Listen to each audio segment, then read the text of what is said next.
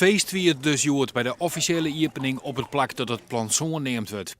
Nieuwe bankjes, authentieke verlichting en plantenbakken om auto's te keren. 8 ton had de opknapbeurt kosten, maar nevens de burgemeester is dat het wurg. Het is wel zo, hoe mooier het eruit ziet, hoe prettiger mensen het ook vinden om hier te verblijven. Ameland doet het nog steeds toeristisch heel goed, maar we zitten natuurlijk wel in een economische crisis. En dat kunnen mensen merken. Dus dan is het de kunst dat je mooie authentieke uitstraling houdt, waardoor voor elk wat wils het leuk is voor toeristen om hier te komen. De winkelje en eigeners van kroegen en restaurants binnen de wies mooi.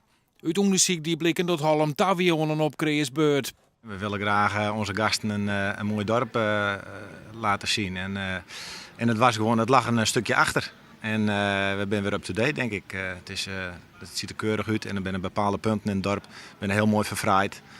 En het is een mooi geheel geworden. De mensen moeten weten hoe mooi het hier is. En dus alles wat we daaraan kunnen doen om dat te verfraaien, daar moeten wij als jonge ondernemers ons best voor doen. Naast het centrum is ook de Noord- en Mosterdmoene de verwachting oppakt.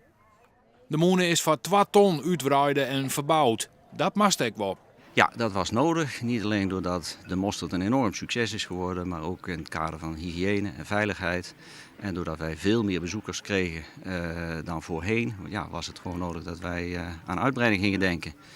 Plus ook de opslag van materialen, dat werd in kleine bergjes overal gedaan en dat kon niet langer meer. Halm is naar Ballem en Buren het derde dorp op het Ameland dat een gezicht kregen had.